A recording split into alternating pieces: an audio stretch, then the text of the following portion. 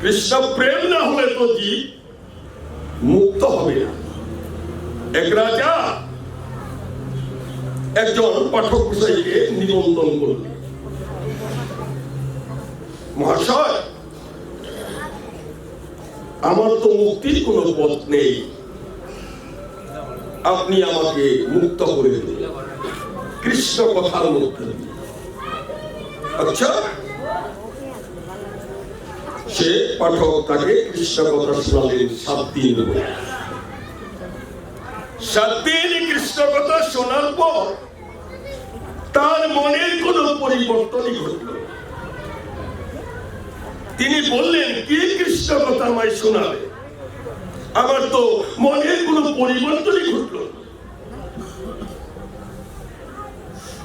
তখন বলে, আপনার যদি মনের পরিবর্তন না ঘটে, আমার গুরুদেব আছেন, গুরুজি আছেন, আমি তাকে আনতে পারি। গুরুদেব আসলে আসার পর মহারাজকে জিজ্ঞাসা করেন, মহারাজ, আমি একটা কথা বলতে চাই আপনাকে, বলুন। কিছুক্ষণের জন্য এই রাজত্বটা কি আমাকে দিতে পারবে? পারবো, কিছুক্ষণ সময়ের জন্য, বেশি সময়ের প্রয়োজন পারবো। এই সময়ের মধ্যে আপনি এই রাজত্বের রাজা, আমি রাজা, আমি যা হুকুম করবো তাই আপনাকে পালন করতে হবে। আচ্ছা, তখন বললো, আমি তোমাকে আমার রাজত্ব দিয়ে দিলাম, কে আছিস এই বেটাকে বল। সঙ্গে সঙ্গে পিঠমুড়া দিয়ে রাজাকে বাঁধা। এই পণ্ডিতকে বল। যে পণ্ডিত ভাগবত শুনিয়েছিলেন তারও পিঠমুড়া দিয়ে বাঁধলো। বাঁধার পর রাজাকে হুকুম দিল, পণ্ডিতের বাঁধন খুলে দাও। রাজা বললেন, আমার তো হাত পা বাঁধা, আমি কি করে পণ্ডিতের বাঁধন খুলব? পণ্ডিতকে বললেন, পণ্ডিত রাজার বাঁধন খুলে দাও। পণ্ডিত বলল, আমারও তো হাত পা বাঁধা, আমি রাজার বাঁধন খুলবো কি করে? মহারাজ, উত্তর পেয়েছেন তো? এই সংসারী জীব সংসারের বদ্ধ অবস্থায় কাকেও মুক্তি দিতে পারে না। মুক্তি দিতে পারে একমাত্র সাধুগুরু বৈষ্ণব যারা, তারা পার করে রাধারানীর আশীর্বাদ করতে পৌঁছে দিবে। শুধু কর্ম করবে না, সংসারে বদ্ধ থেকে কেউ কাউকে মুক্তি দিতে পারে না। মুক্তি দিতে হলে সাধু সঙ্গ, নাম সংকীর্তন, ভাগবত কথা শ্রবণ, মথুরায় বাস, শ্রীমূর্তি শ্রদ্ধায় সেবন। যদি কোন কৃষ্ণ ভক্ত করে এই 5 অল্প সঙ্গ, ধীরে ধীরে বাড়বে তার প্রেমের তরঙ্গ। তাহলে বুঝতে পারছে, যতই হরি কথা বলি, যতই কৃষ্ণ কথা আমরা মাইক জগতের জীব বলি না কেন, আপনাদেরকে মুক্ত করার অধিকার আমাদের নেই। যদি সাধুগুরু বৈষ্ণবের সঙ্গ করে থাকেন, তবেই আপনারা মুক্ত হতে পারবেন। মু অর্থ মুকুন্দ, কু অর্থ কুচ্ছি। কুচ্ছি অন্ধকার থেকে যিনি মুক্তি দেবে, তিনি মুক্তিদাতা মুকুন্দ। তার শরণ নাও, অনায়াসে বৈতরণী পার হয়ে গোবিন্দের শ্রীপাদ পদ্মে পৌঁছাতে পারে। প্রভু, আমার চোখে জল দেখছি না কেন? 4 দিন কৃষ্ণ কথা বলে আমি তোমার হৃদয় বৃন্দাবনটাকে কর্ষণ করে নিলাম। তোমার হৃদয়ে মেঘ জমে আছে, আমার হৃদয়ের প্রেম বর্ষণ বাতাস যে যখন তোমার মেঘকে আঘাত করবে, যখন বাড়ি বর্ষণ হবে, কৃষ্ণ কথা বলার সঙ্গে সঙ্গে তুমি বাহু তুলে উচ্চস্বরে ধ্বনি করে হরে কৃষ্ণ গৌরাঙ্গ বলে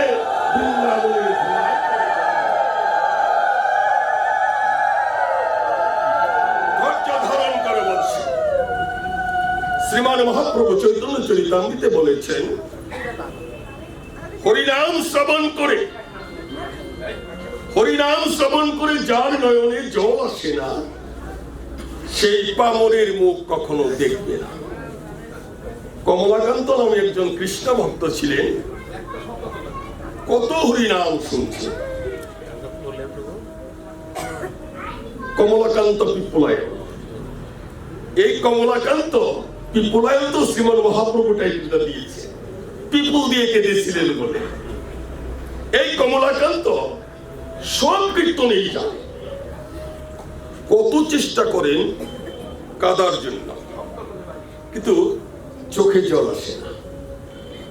একদিন তিনি কীর্তন সমরঙ্গনে কীর্তন করছেন শ্রীমন মহাপ্রভু, কমলাকান্ত গৃহ থেকে কতগুলি পিপুল পকেটে করে নিয়ে গেছে, হরিনাম শুনছেন, আর মাঝে মাঝে ওই পিপুলটা চোখের কানিতে একটু একটু করে দিচ্ছে, আর মাঝে মাঝে দু এক ফোঁটা নয়ন জল পড়ছে। সকলকে ফাঁকি দেওয়া যায় গো, গুরুদেবকে প্রভুকে ফাঁকি দেওয়া যাবে না। প্রভু আস্তে আস্তে কমলা কান্তের নিকটে যাইয়া, কমলাকান্ত বারবার কি নয়নে দিচ্ছ দেখি। দেখেন পকেটের মধ্যে পিপুল নিয়ে এসেছে, পিপুল কিন্তু খুব ঝাল, কাসন্দের মধ্যে দেয়। তুমি প্র্যাকটিস করছো কাদার জন্য, কোনদিন তো সাধুসঙ্গ করো নাই, কোনদিন কোন মহাদেব ব্যক্তিকে আলিঙ্গন করো নাই, একেবারে বাজারে ভরে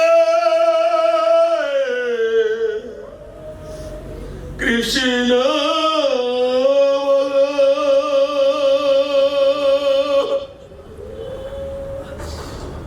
গৌর সুন্দর হৃদয় মাঝে রেখে ধোলাই পরে যেই গড়াগড়ি করতে লাগলেন, কমলাকান্তের নয়ন জলে তার বক্ষ ভেসে যায়। আর লাগবে না, আর লাগবে না, পরস্পরের পরশ পেয়েছ। এখন যখনই কৃষ্ণ বলে ধ্বনি করিবে, কৃষ্ণ বলে ধ্বনি করিবে, তোমার নয়ন দ্বারায় ভেসে যাবে কৃষ্ণ বলে। যারা আমার গৌর সুন্দরীর সঙ্গ করছে, তারা কৃষ্ণ কথা বলার সঙ্গে সঙ্গে নয়নে বাড়ি বর্ষিত হইয়া তার ভূমি সরস হইয়া যায়। একদা এক কৃষ্ণ ভক্ত, তার নাম কৃপাচার্য, কেবল জন্ম নিয়েছে। শ্রীমন মহাপ্রভু হরিদাসকে পদি ভক্তবৃন্দদের নিয়ে তার আঙ্গিনায় এসেছে। কৃপাচার্যের পিতাকে বললে, মা একটা লাউ নিয়ে আসো, প্রভু সুক্তানি খুব ভালোবাসে। উনি লাবন্তী বাজারে গেছে, বাজার থেকে এসে দেখে প্রভু অঙ্গনে কীর্তন আরম্ভ করেছে।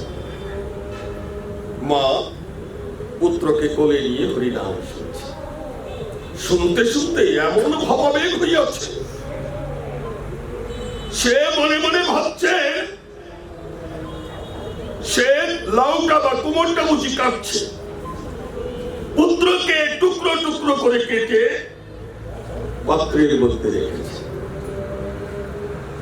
তার স্বামী গৃহে এসে ডাক দিয়েছে, লাউ তো এনেছি, প্রভু তো এসে গেছে।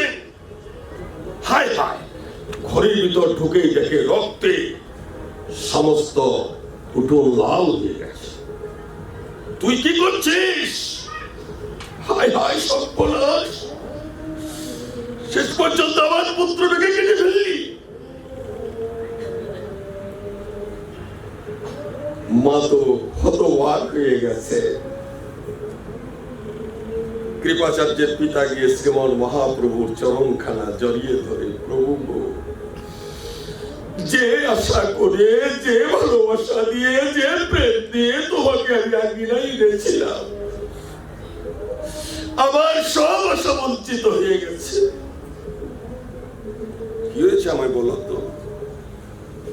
যে পুত্রের কামনা করে, যে পুত্রের আশা করে আমি তোমাকে আমার আঙ্গিনায় এনেছি হরিনাম শোনানোর জন্য, আজ সেই পুত্রকে তার মা কেটে টুকরো টুকরো করে গোবিন্দ সেবায় দিয়ে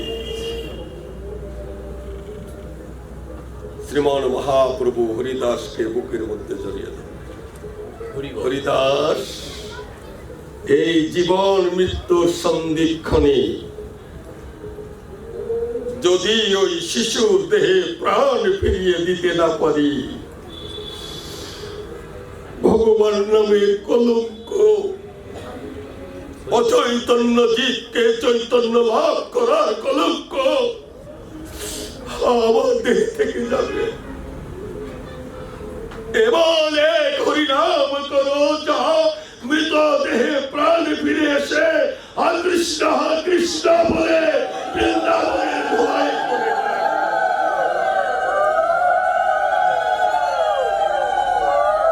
গৌরী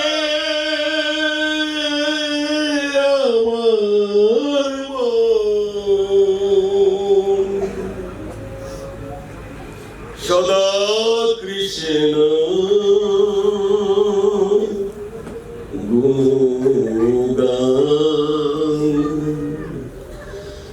আনন্দ সাগরে ভাস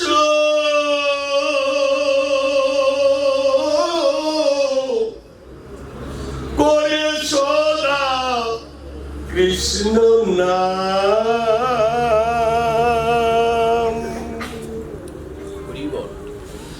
কৃষ্ণ নামে সুধা করে সদাই অমৃত ঝরি অনিবজি মধুর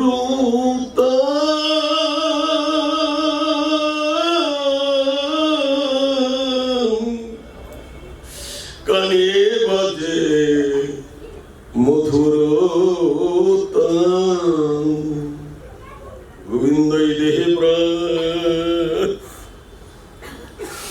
ফিরিয়ে দিও, যেন ভক্তের প্রাণ আমি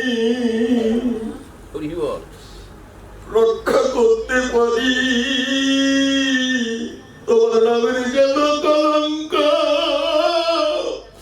না হয় গোবিন্দ, একেবারে বদলে ভরে হরি হরি বল, নিতাই গৌর হরি বল বলিতে হারির মধ্যে শিশু কেঁদে উঠলেন। শ্রীমন মহাপ্রভু বুকের মাঝে রেখে, মাগো তোর এই পুত্রের নাম কৃপাচার্য গোবিন্দ কৃপা করে প্রাণ ফিরিয়ে দিয়েছে, এই পুত্রকে গোবিন্দ সেবার জন্য রাখবি। যতদিন জীবিত থাকবে প্রতিটা মজ্জায় মজ্জায় হরিনাম বলবে, প্রতিটা শিরে উপশিরায় হরিনাম বইবে। একবার পদধ্বনি জয়ধ্বনি করার সঙ্গে সঙ্গে তার নয়ন পথে অশ্রু বিগলিত হইয়া তার বক্ষ বেশে যায়। প্রভু পারেন নাকি? সব পারে, কিন্তু আমরা এই জগৎ সংসারে নিজেকে তো বিক্রি করতে পারলামই না। ধন সম্পদ প্রাচুর্য দিয়ে একটা বেড়া জাল দিয়ে রেখেছি, যাতে করে বেড়া থেকে বেরিয়ে যেতে না পারে। একটা গৃহস্থের গৃহের উপরে দুটো শকুন এসে বসেছে, একটা শকুন শকুনি, ওরা স্বামী স্ত্রী দুইজন। আপনাদের জানা আছে কোন গৃহস্থের গৃহে যদি শকুন বসে, সেই গৃহে আর বসবাস করা যায় না। হ্যাঁ, পাঠ ঠাকুরের বাহন তো, ও যার উপরে দৃষ্টি নিক্ষেপ করবে সেই গৃহে আর অবস্থান করা যাবে না। সেই গৃহে আবার পশু পাখির অভাব নেই।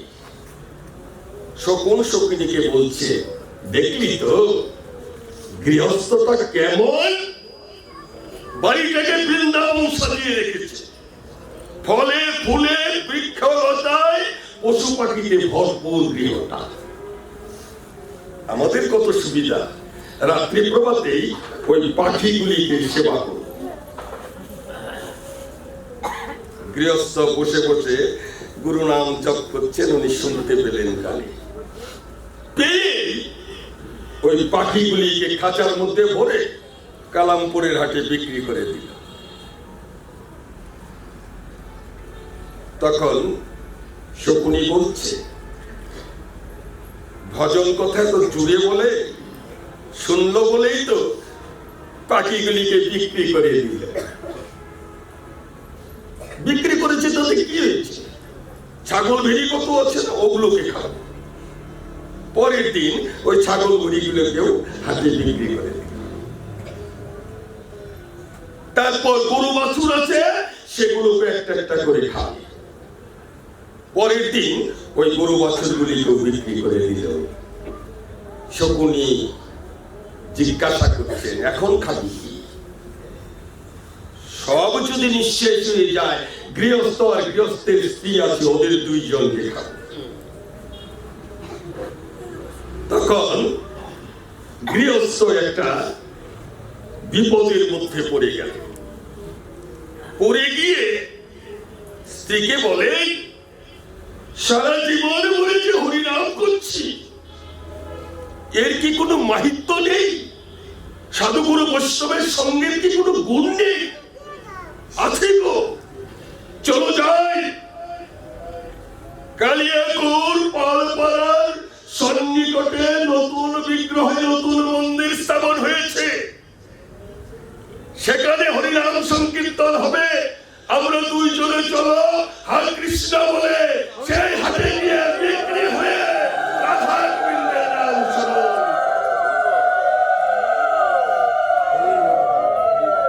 হরিনামের বাজারে এসে দুইজন, এই ছাড়া আর নাই সংসারে, কি দেব তোমারে? যতক্ষণ আছো তুমি, ততক্ষণ আছি আমি। তুমি চলে গেলে আমি থাকি না এ ভব সংসারে। তাহলে তুমি বস্তুটা কে? আমার সচ্চিদানন্দ ঘন বিগ্রহণাদি রাধি গোবিন্দ। আমি কে? আমিও সেই সচ্চিদানন্দ। নিজেই নিজেকে ডেকে পাল চল করে নিজ গৃহাভিমুখে রওনা হইয়া মার গৃহে গিয়ে উপস্থিত হয়ে গেলে। সেই দিন সকলেই আমার গোবিন্দকে ভালোবাসলে। পৃথিবীতে একটা বস্তুই ভালোবাসার আছে, সেটা আমার গুরুদেব আর গোবিন্দ।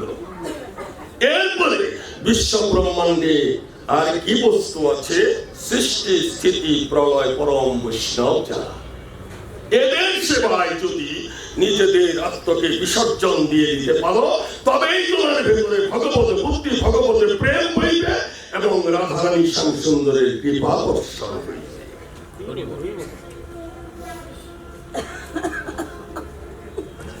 ধ্রুব, প্রহ্লাদ, এরা কৃষ্ণ কারণী, শুধু কৃষ্ণ ভক্ত নয়, গোবিন্দের যে কর্মগুলি এরা সম্পাদন করেছে। ভগবানকে পেতে হলে কি করতে হয়? মধুবন থেকে নিধুবন, নিধুবন থেকে উত্তপত হেকমুণ্ডে গোবিন্দকে স্মরণ করেছেন। গোবিন্দ নিজে আসেন নাই, দেবশ্রী নারদকে পাঠিয়েছেন, তুমি যাও, তুমি যে আগে করুণা করো, আগে ভক্ত দর্শন করো, তারপর ভগবত দর্শন। আগে ভক্ত দর্শন না করলে ভগবানের কৃপা লাভ হয় না। সুদামাদিব্র দরিদ্র ব্রাহ্মণ ভগবান সঙ্গ করার সঙ্গে সঙ্গে তার মনের ভিতরে যে চাঞ্চল্য, কি বলেছিলেন ভাগবতে, বিরক্ত ইন্দ্রিয়ার্থসু প্রশান্তত্বা জিতেন্দ্রিয়।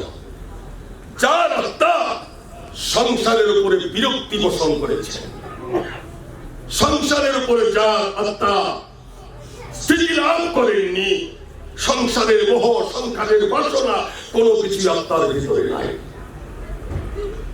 বিরক্ত ইন্দ্রিয়ার্থস্য, ইন্দ্রিয়কে দমন করে ভগবত বুদ্ধি লাভ করে ভগবানের কৃপা কটাক্ষ লাভ করলে, ভগবানের সঙ্গ পেলে,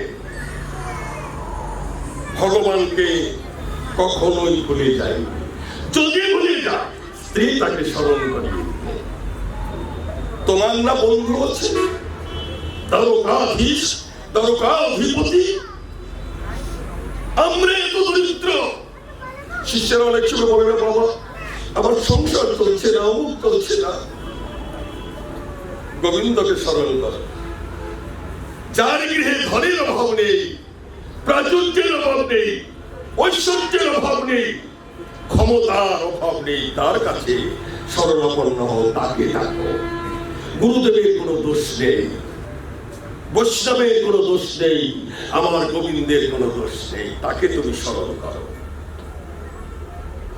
আমরা অনেক সময় গুরুদেবকেও ত্যাগ করে ফেলি, যে এই গুরু দিয়ে আমার ভজন হচ্ছে না, এই গুরুর পথে গিয়ে আমার কৃপা লাভ হচ্ছে না, সম্পদ পাচ্ছি না, অর্থ পাচ্ছি না, বিত্ত পাচ্ছি না, এই গুরু ত্যাগ করে আরেক গুরুর সন্ধান করেন না? অনেক ভক্ত করেন যে গোসাইয়ের পাশে পাশে ঘুরে আমার কোনো সম্পদ, বিত্ত কোনো কিছুই লাভ হচ্ছে না, এই গোসাই ত্যাগ করো, অন্য গোসাই করো। সে করল কি? এক জাদুবিদ্যাকারী, জিন পোষণকারী এক গুরুদেবের সঙ্গ করলেন।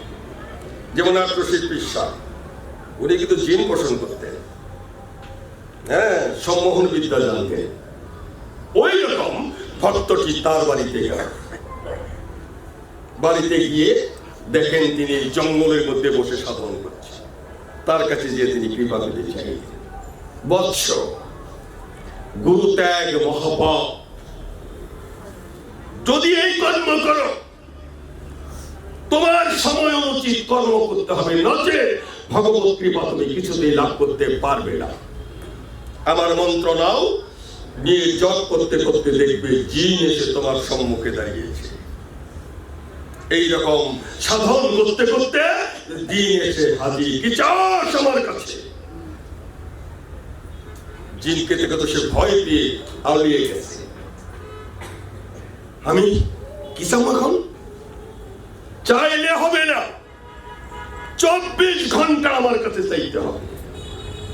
দিন রাত 24 ঘন্টা, রাত্রি প্রভাতের আগ পর্যন্ত আমার কাছে চাইতে হবে। যদি না চাস, তোকে এখানে আমি মেরে ফেলব। চাইবার বাসনা যাদের বেশি, মৃত্যুর পরটাও তাদের কাছে এসে রয়েছে। তখন বললেন, আমাকে একটা রাজপ্রাসাদ করে দাও। চা, রাজপ্রাসাদ হয়ে গেল। আমাকে অমুক করে দাও, চা। এরকম করতে করতে আধা ঘন্টার মধ্যে সমস্ত চাওয়া শেষ হয়ে গেছে। 23.5 ঘন্টা রয়েছে এখনো দিনে। তখন বলছেন, ভক্ত এখন চাও, না চাইলে কিন্তু তোমাকে মেরে ফেলবো। হায় হায়, এখন কি চাই, কি করি?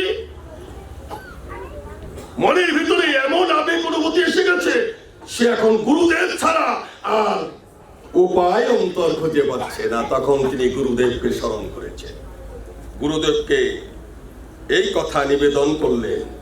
জিনকে বললেন, জিন তুমি আমার গুরুদেবের কাছে নিয়ে যাও। জিন সঙ্গে সঙ্গে কাঁধে করে গুরুদেবের বাড়িতে এক পলকে এনে হাজির করে দিল।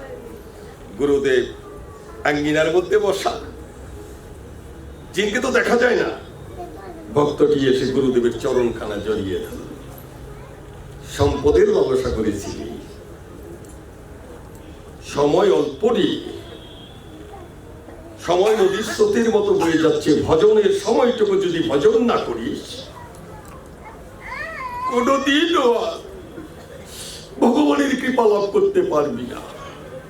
প্রভু, তুমি আমার প্রাণ রক্ষা করো, আমি তোমার কাছে কিচ্ছু চাই না, ধনং দেহি জনং দেহি রাজ্যং দেহি, কোনো কিচ্ছু আমি তোমার কাছে চাই না।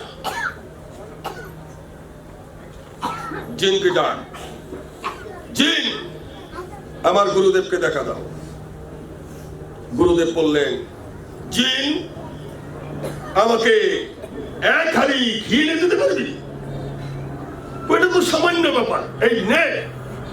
দেখে এক হাড়ি ঘি। ওটা কি শুয়ে আছে? তখন বলে একটা কুকুর শুয়ে আছে। এই চাকুটা নে, কুকুরের লেজটা কেটে নিয়ে আয়। কেটে নিয়ে এসে এই কুকুরের লেজটা সোজা করবি। তুই পৃথিবীতে কত বড় শক্তি ধরা আজ আমি দেখব।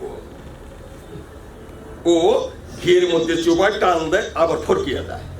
এইরকম করতে করতে রাত্রি প্রভাত হয়ে গেছে। জিন বলে, প্রভু তোমার কাছে এত সত্য ওষুধ থাকতে ওই মূর্খ কেন আমার কাছে চাইতে গিয়েছিল ধন? এই তো হরিবল। তুমি ওকে শুধু আশীর্বাদ করো, গুরুর শ্রীপাদ পদ্ম ভজন করে হরে কৃষ্ণ গৌরাঙ্গ বলে যেন বৃন্দাবনের ধোঁয়ায় পড়ে গেল।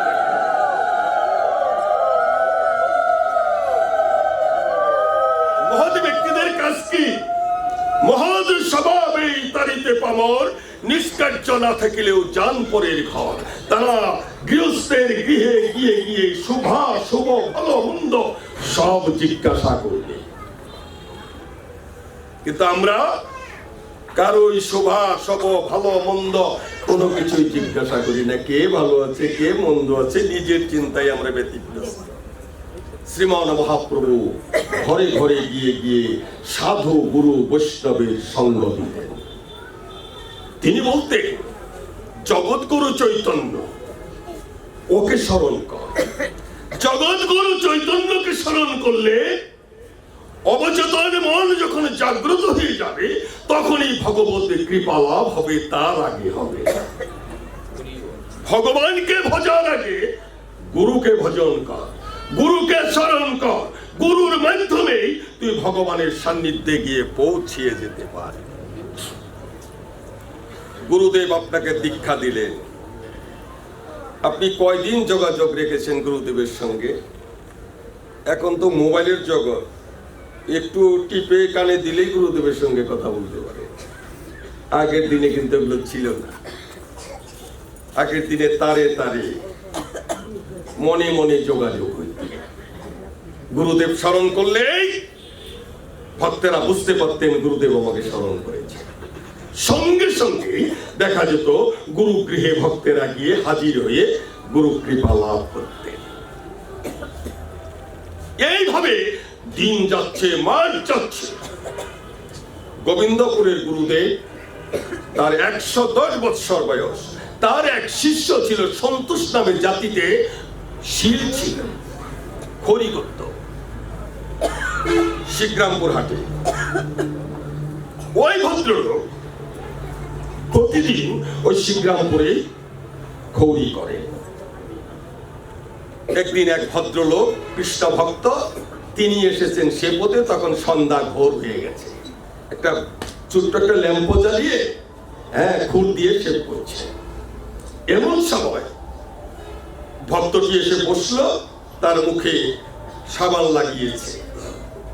লাগানোর পরেই তার কানের মধ্যে কে যেন ভু হু হু করে কথা বলছে।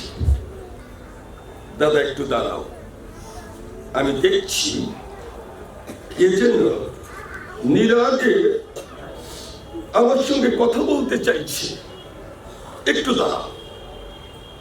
ওই খাসুরের ওই খালটার পারে গিয়ে চুপ করে দাঁড়িয়ে ধ্যান যোগে দেখতে পেলেন গুরুদেব তাকে স্মরণ করেছেন। উনি আসলেন, ফিরে এসে হাইতাল পাইতাল সব গুছিয়ে ফালিয়ে বলো, দাদা কালকে সকালবেলা তোমাকে সেভ করে দিয়ে আসবো, আমি এখন আর পারছি না। কিন্তু তুমি পাগল। কিসের পাগল? গুরুর পাগল।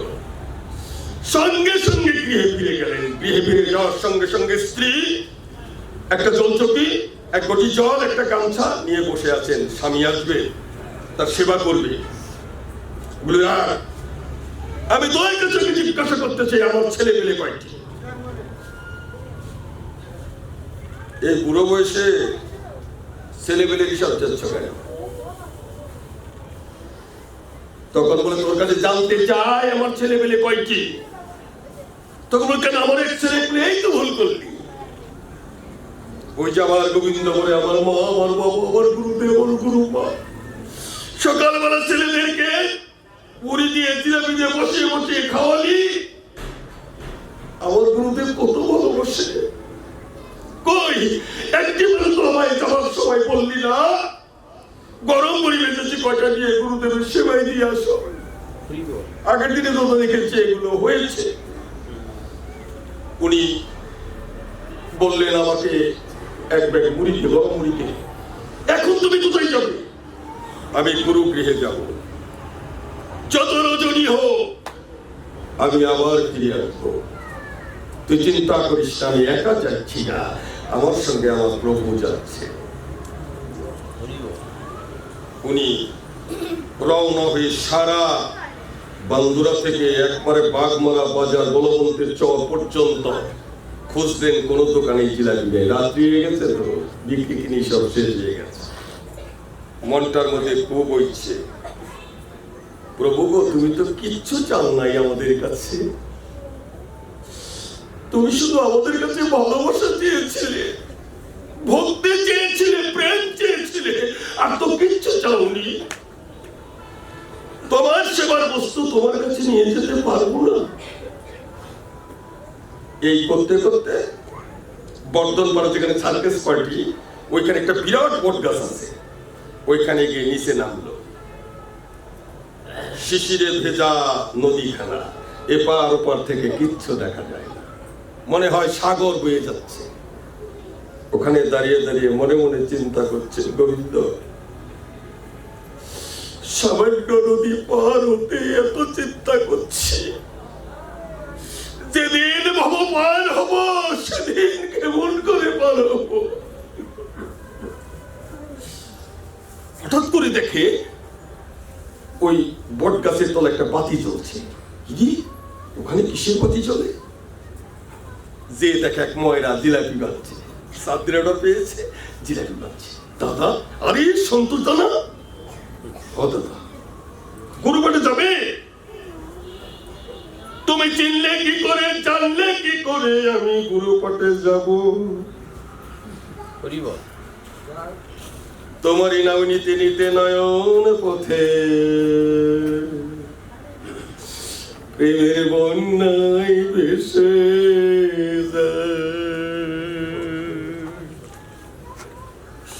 চিরকাঙ্গাল করে দে ধরে। আমি চাই না টাকা, চাই না পয়সা, চাই না রে অভিমান। ও যে কৃষ্ণ নামের মালা গেথে সখী দিয়ে মন প্রাণ। ভাই তুমি প্রসাদ দিয়ে যাও, কতদিন গুরুদেবের প্রসাদ পাই না, তুমি নিয়ে যাও। দাদা এই নদী পার হবো কেমন করে? এখানে তো একটি তরুণীও নেই। তুমি তোমার গুরুদেবকে স্মরণ করো। আগুনে ডুবলো তরি গৌর হরি চালাও তোমার নিজ গুণে। আর আমার কেউ নাই গুরু, তুমি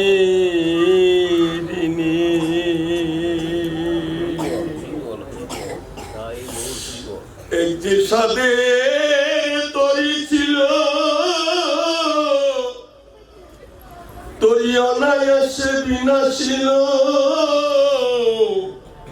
তার বাইনি গোছা যে জেরে দিল, জল চুয়াই তার বাইনে বাইনে। এখন আমি কি করিব, কোথায় যাইব, মহাজনকে কি জব দেব? ভাবি শুধু মনে মনি। সঙ্গে সঙ্গে যখন গুরুদেবকে স্মরণ করেছেন, গুরুদেব উনি উঠে বসে গুরুমাকে বলছেন, আমার সন্তোষ গাড়ি পরে এসেছে, ওকে একটু পার করে নিয়ে আসি। তুমি কোথায় যাবে? দেখি না কোথায় যাওয়া যায়। গোপাল পাটনির বাড়িতে গিয়ে গোপাল কেবল শিশুদেরকে নিয়ে সেবা করে নিদ্রা গেছেন। ওর মধ্যেই ঘরে ঢুকে গোপালকে ডাকছেন, গোপাল রে বাবা মা। প্রভু তুমি? আমার সন্তোষকে একটু পার করে নিয়ে আয় না। আর যদি তুই সন্তোষকে পার করে আনিস, আমি সারা জীবন তোর তরুণী হয়ে থাকব। তুই ওকে পার করে গিয়ে সেই বলা সঙ্গে সঙ্গে গোপাল উঠে বৈঠা বাতিদান নিয়ে বেরিয়ে আসছে। বেরিয়েছেই নৌকা ছেড়ে মাঝ নদীতে গেছে। গিয়ে ডাক দিয়েছে, সন্তোষ দা তুমি দাঁড়াও, আমি নৌকো নিয়ে আসছি।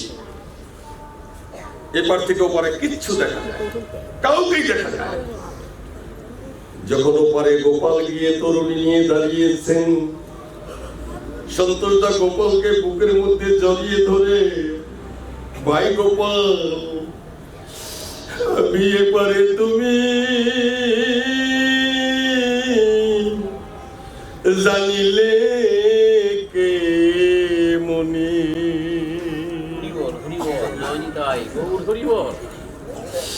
গুরু জানে জানায় সেই তো জানে, গুরু জানে জানায় সেই তো জানে, একবার হাই কৃষ্ণ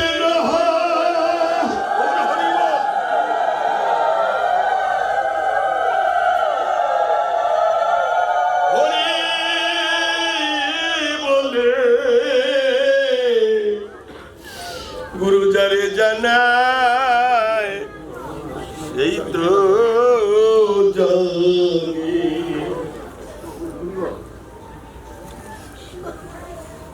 এত গুরু গুরু করলেন, গৃহে গিয়ে মারে ডাক দিছেন।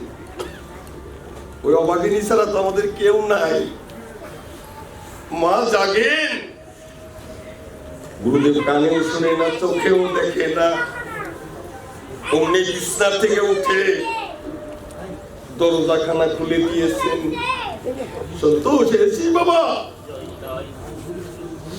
সন্তোষের নয়ন ভরা জল, অসময়ে গুরু তুমি আমায়, তুমি আমায় ডাকলে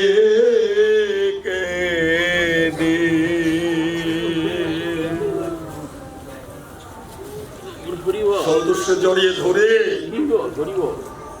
ভাবে বিমর হয়ে গেছেন গুরুদেব। সন্তোষকে বলছেন, বাপ সন্তোষ রে, এই ভবসাগর পার করতে তো আর কেউ নাই, তাই আমি সবার ভক্তদের জানিয়ে রাখি, আমি তোর তরিতে উঠে যাব বৃন্দাবনে। একেবারে জয় রাধে শ্রী রাধে রাধে বলে তোর তরিতে উঠে যাব বৃন্দাবনে।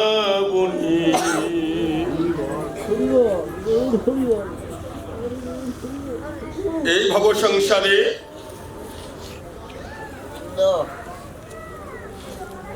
কোন গুরুদেবী তার ভক্তকে পার করতে পারবে না।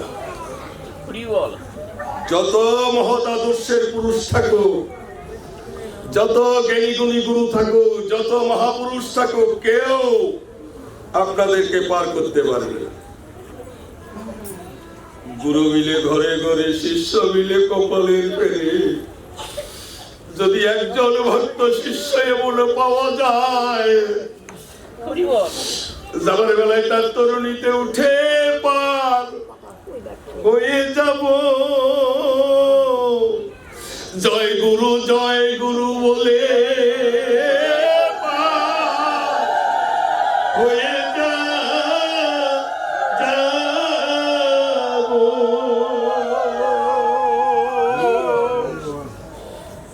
হরি বল। তো শিরোনামে কারো মন। গুরু হতে গেলে আগে আপনাকে শিষ্য হতে হবে, হরি বল। মাস্টার হতে গেলে আপনাকে আগে ছাত্র হতে হবে। আমরা এক সময় গুরুদেবের পদাঙ্কুর স্মরণ করিনি। ডিংরাজে বাবা খাটে শুয়ে থাকতো, আমরা সালার মধ্যে শুয়ে থাকছি, থাকি নাই, থেকেছি। ওদের বাড়িতে গিয়ে বাবা খাটে শুয়ে থাকছে, আমরা নিচে পাটি বেঁধে ওদেরকে সবাইকে নিয়ে আমরা নিচে শুয়ে থাকছি। হরি বল। আমি কি জানতাম আমি গুরু হব? আমাকে গুরু হওয়ার অধিকার দেবে? অধিকার কেউ কাউকে দেয় না। প্রেমের দ্বারা, ভজনের দ্বারা, কাই মনোবাক্যে গুরুকে স্মরণ করলে এই ভজন যোগ্য দেহ আপনি লাভ করে ফেলবে। এটাই আপনার প্রয়োজন। আপনার কোনো কিছুর বাসনা নাই। জগৎ গুরু যদি মঙ্গলময়, সে আমাকে টেনে নিয়ে গোবিন্দের শ্রীপাদ পদ্মে পৌঁছে দেয়, তবেই জীবের মনের বাসনা পূর্ণ হয়ে যাবে। ভগবান জীবের মঙ্গল করেন বলেই তিনি মঙ্গলময় ভগবান। একজন ভক্ত চাকরি পায় না, কত জায়গায় ছুটাছুটি করলো, পায় না। গুরুদেব বললেন পাবি, পাবি, কিন্তু সময় পাবি না। হঠাৎ করে একদিন অ্যাপয়েন্টমেন্ট লেটার পোস্ট অফিসে এসে হাজির, দৌড়ে আসলো, তোমার এটা নিয়ে যাও, আজকে একটার দিকে তোমাকে জয়েন করতে হবে, যেতে হবে প্লেনে চিটাগাং, সময় খুব কম, মাত্র 2 ঘন্টার মধ্যে, আধা ঘন্টা লাগে যেতে চিটাগাং, যেতে আধা ঘন্টা 40 মিনিট পৌঁছে যাবে। দেখুন মার মন কেমন। ছেলে এতদিন গৃহে রয়েছে, কোনো কিছুই খাওয়াননি, শুধু আলু সিদ্ধ ভাত। সেই দিন ছেলেটার কাছে গিয়ে, খোকারে আমি জীবন ভরে শুধু তোকে কষ্ট দিয়ে আহার করিয়েছি, কোনোদিন ভালো মন্দ খাওয়াতে পারি নাই। মাগো তুমি দুঃখ করো না, আমি রোজগার করে যখন অর্থ কামাই করব তখন তুমি গোবিন্দ সেবা দিবে, তুমি শুধু আশীর্বাদ করে দাও। ভগবান তুমি মঙ্গলময়, যথাস্থানে মঙ্গল করে আমায় নিয়ে যেও।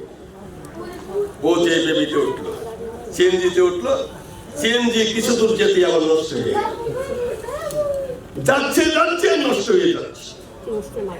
এয়ারপোর্টে কাছে যেতে আর 10 মিনিট সময় আছে। ভেতরে ঢুকতে ঢুকতেই 1 মিনিট আগে প্লেনটা ছেড়ে গেল। ওইখানে গিয়ে হরি ঠাকুরকে বলছেন, তুমি না মঙ্গলময়, তুমি না জীবের মঙ্গল করো, আজ তুমি আমার এখন ক্ষতি করলে কেন? কেন ক্ষতি করলে? এই বলে সেখানে অজ্ঞান হয়ে গেছে। জ্ঞান ফিরতেও তো সময় লাগবে। এমন সময় ফোন আসলো যে প্লেনটা উড়ে গেল, 15 মিনিট পরে সেটা অ্যাক্সিডেন্ট করেছে, সব ভক্ত মারা গেছেন। হায় হায়। উঠে জ্ঞান লাভ করে হরি ঠাকুরকে বলছেন, তুমি তো সত্যি মঙ্গলময়, আজ যদি ওই প্লেনে আমায় নিয়ে যেতে, আমি আর মায়ের মুখটা দেখতে পারতাম না, আর আমার সাধুগুরু বৈষ্ণবের সেবা হতো না। তাই তুমি পা মুছে রেখে গেছ। তুমি খালি স্মরণ করতে দিও জীবকে, জীব যেন অনায়াসে বৈতরণী পার হইয়া রাধারানী বদল ভাবে শ্রীপাদ করতে পৌঁছে যায়।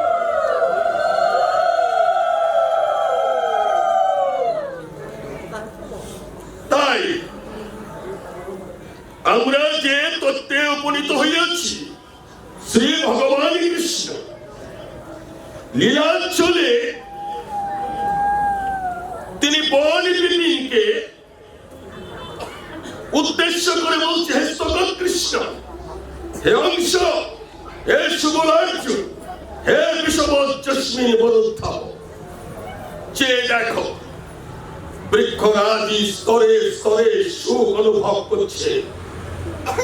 এরা কার জন্য প্রতীক্ষা করছে, কার জন্য এরা সেবা করছে?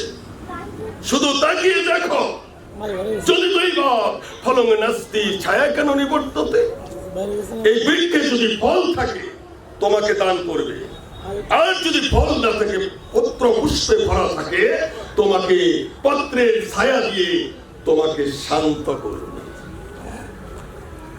কিন্তু এটা মানব কি করে? জীবের সেবা তো করেই না, পরের কারণেও স্বার্থ দেয় না।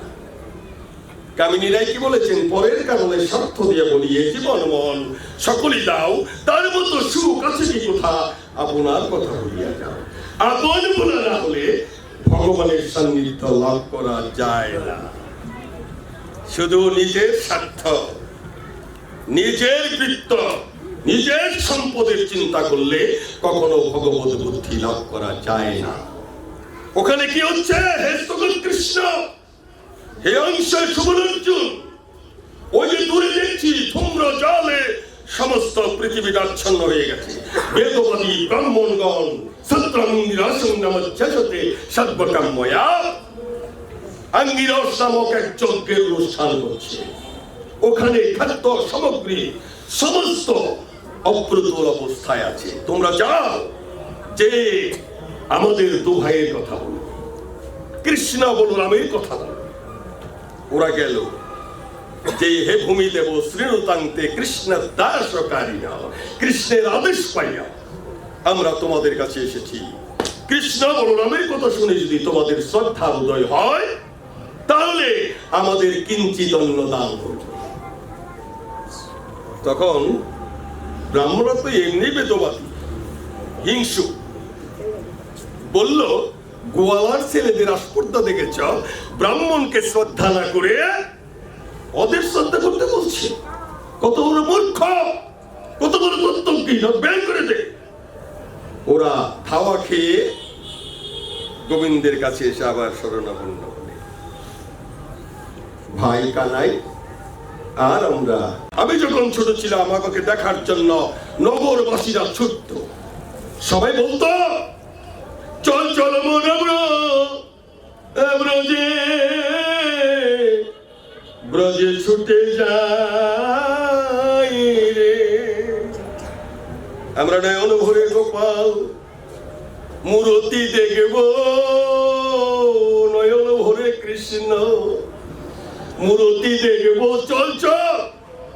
ওরা ফুল ফল মালা নিয়ে এই ব্রাহ্মণ পল্লীতে এসে দাম কষাকষি করতো আর বলতো, তোমাদের কাছে ফুল ফল মালা বিক্রি করতে আসি নাই, আমরা কেন এসেছি জানো?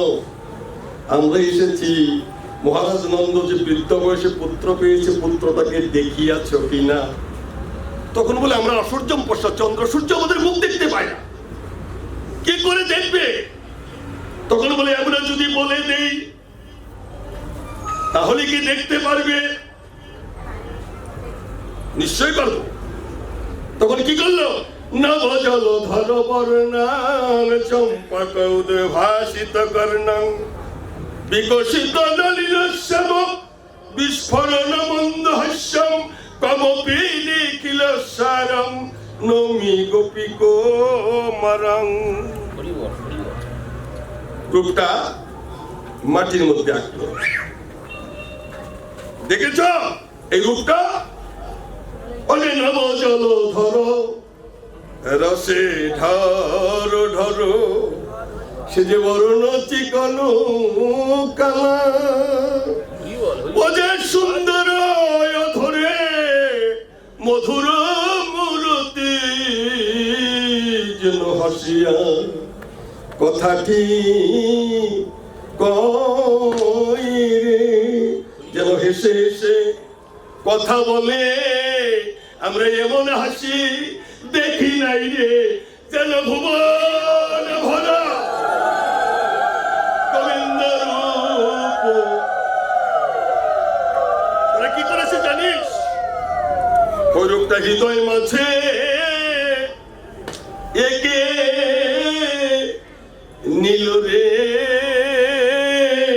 তারা ওই রূপটা হৃদয় মাঝে এই যে সারা জীবন ওরে কুশাইরে বক বক করতেছে, কোনো কিছু শুইনাও মুখস্থ করে না, শুইনাও ভিতরে রাখে না। কি প্রয়োজন? কুশাই এক কান্দে করলো আর এক কান্দে বাইরে গেল, ব্যাগ কিছু নিয়ে গেলে চলে নাকি?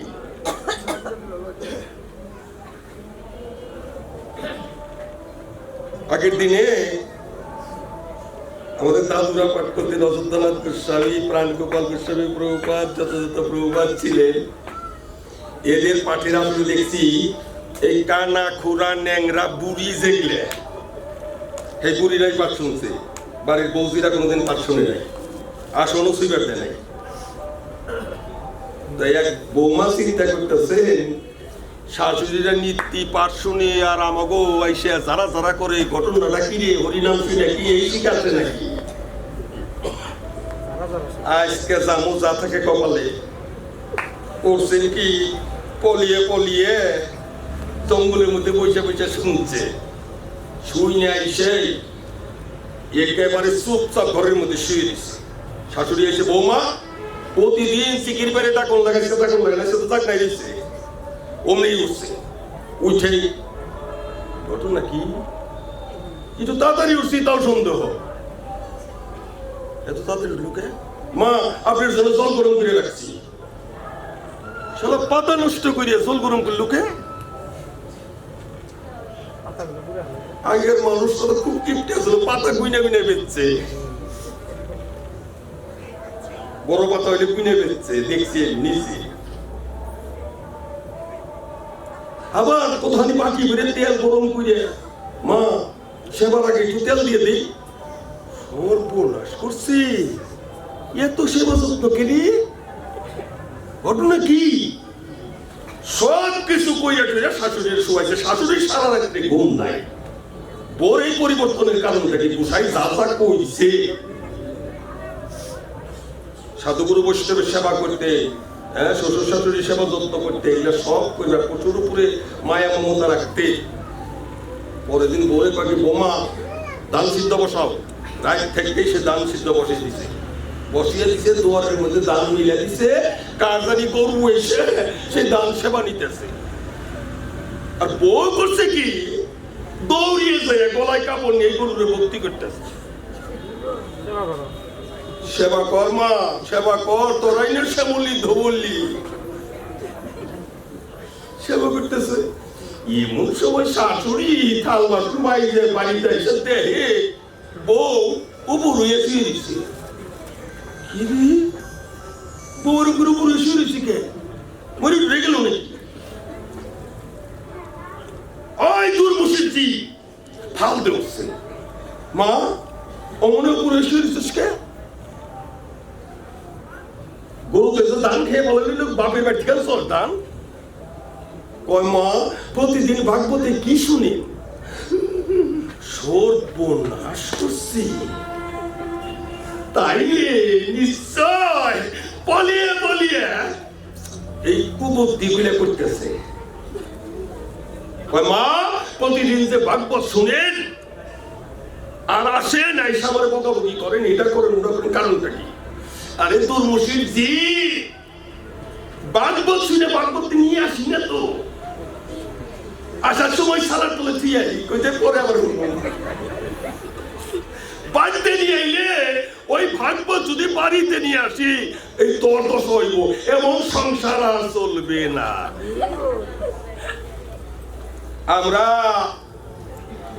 20-50 বছর ধরে ভাগবত শুনছি, যদি ভাগবত বাড়িতে আনতাম রে আমার বাড়ি এতদিনকে খালে ঘরে নিয়ে যাইত। আর যতই বেশি শুনতেছি ততই আমার বাড়ি রমরম হয়ে যাইতেছে, কারণ ভাগবত আমি বাড়িতে নিয়ে আসি না। ও মা তাইলে এগুলো শুনবে যান, হ্যাঁ যে কথায় প্রেম হয় না, যে কথায় ভাব হয় না, যে কথায় লীলা নিকেতন দর্শন হয় না, সেগুলো শুনতে যান কেন? তখন বলে শুনবি, এক কান দিয়ে শুনবি আর এক কান দিয়ে বাই করে দিবি, নাইলে এই জিনিস বাড়িতে আনলি আর মঙ্গলে থাকতে পারবি না। তাহলে আমরা যে কত গুরুতে ভাগবত করে আপনাদের বুঝাইতেছে, আপনারা কিছুই বুঝতেছেন। ডক্টর মহানম্রত ভাগবতের শেষে লিখছে, বুঝিবে রসিক জল, না বুঝিবে মূঢ়। যারা রসিক সে কল, অরসৈক্য কাকচু সে কেন নিম্ব ফলে, রসৈক্য কোকিল খায় প্রেমামৃত বকুলে, অভাগী আস্বাদের শুষ্ক জ্ঞান কৃষ্ণ প্রেমামৃত পান করেন ভাগ্যবান। যারা অভজন তারা কোনোদিন কৃষ্ণ কথা শুনে না, আর যারা রসিক শেখর তারা পরমানন্দের আস্বাদনে হরিনাম সংকীর্তন শুনে তার মনের বাসনা পূরণ করার জন্য। আজ থেকে 5-6 দিন ভাগবত হয়ে গেল বোধ হয়, 5 দিন ভাগবত সমাপ্ত। আজ আমার আগামী দিবস থেকে নন্দলাল প্রভু আপনাদের পৃষ্ঠা কথা শোনাবেন 2 দিবস, তারপরে হরিনাম সংকীর্তন হবে। আপনারা পরমানন্দে এই হরিনাম আস্বাদন করবেন। আপনাদের মনের বাসনা যেন পূর্ণ হয়, সাধুগুরু বৈষ্ণবের কৃপা যেন আপনাদের উপর বর্ষিত হয়। আপনারা ভালো থাকবেন, সুখে থাকবেন, মহৎ স্বভাবে তারিতে পাবো নিজ কার্য নব যেন জান পরের ঘর। আমরা যেন পরের ঘরে গিয়ে গিয়ে হরিনাম সংকীর্তন করে সেই প্রেমের বসরা মাথায় করে বৃন্দাবনের ধুলায় পরে গানাগরি। এই বাসনা রাখবেন, এই কামনা রাখবেন, আপনাদের মনের বাসনা যেন গোবিন্দ পূর্ণ করে দেয়। পূর্ণ ব্রহ্ম সনাতন সচ্চিদানন্দ ঘন বিগ্রহণাদিরাতি গোবিন্দ। আপনাদের ভিত্তি, আপনাদের প্রেম, আপনাদের ভক্তি, যারা এই আয়োজনে যারা আছেন তাদেরকে যেন গোবিন্দ প্রাণ ভরে আশীর্বাদ করে। ওরা যেন এই বৃন্দাবনের সুখ স্বাচ্ছন্দ্য, শুধু তাই নয়, ওরা যেন সাধুগুরু বৈষ্ণবের শ্রীপাদ পদ্ম ধরি শিরে ধারণ করে হরে কৃষ্ণ বলে বৃন্দাবনকে